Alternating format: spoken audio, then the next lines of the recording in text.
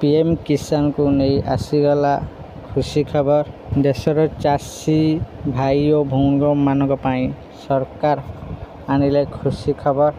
चलतु आम आज जानिबा पीएम किसान कौन नुआ अपडेट आसी। वीडियो को आरंभ करने पूर्व आपण मानकु मोर अनुरोध वीडियो को पूरा देखंतु आउ आम चैनल को सब्सक्राइब करंतु। चलतु एबे वीडियो को आरंभ करवा।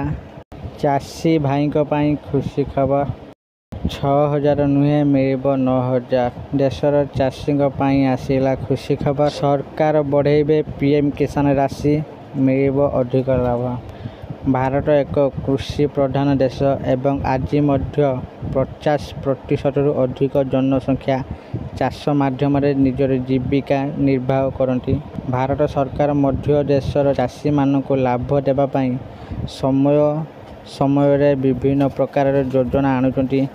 देशर अनेक चाषी आर्थिक भाव में बहुत समृद्ध नुहति एवं चाषरु अधिक लाभ पाई पारंती नहीं।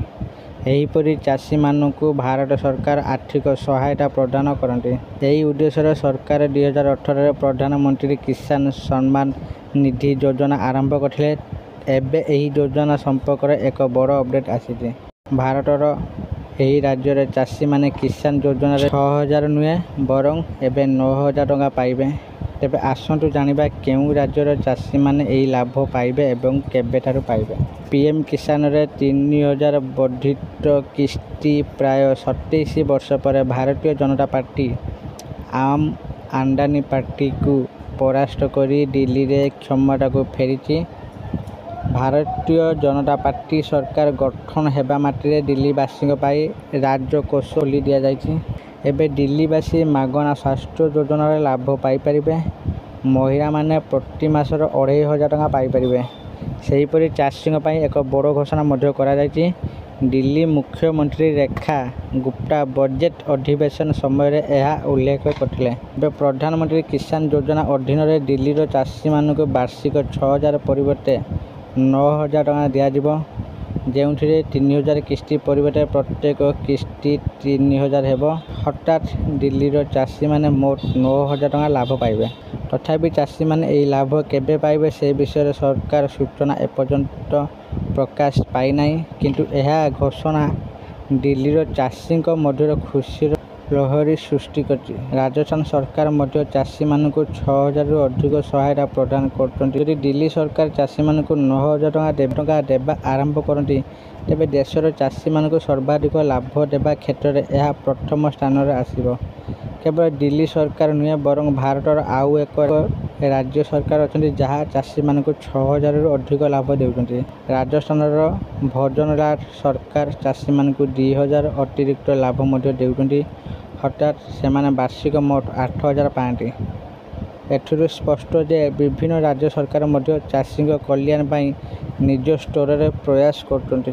तो एबे आपण माने वीडियो देखि साथिबे आ बुझी साथिबे केउ माने 9000 टंका पाइबे।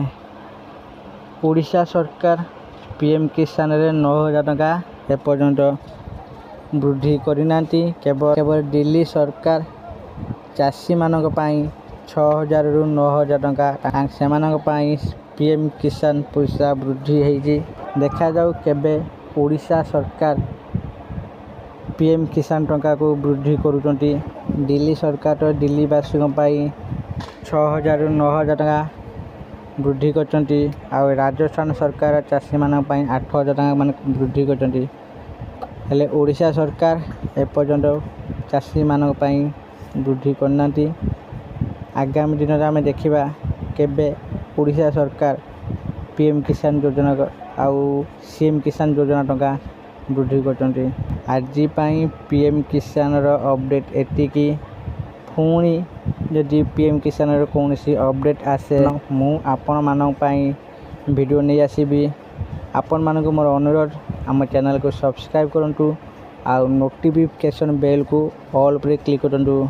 कहीं मुझे भी वीडियो आनिबे आपण माने सर्वप्रथम देखि पारिबे। आउ पीएम किसान भी किसी नुआ अपडेट आसिले तो आपण माने सर्वप्रथम देखि पारिबे। तेणु दयाकोरी आपण मानकु ମୁଁ ଅନୁରୋଧ କରୁଛି ଆପଣମାନେ ଆମ ଚ୍ୟାନେଲକୁ ସବସ୍କ୍ରାଇବ୍ କରନ୍ତୁ।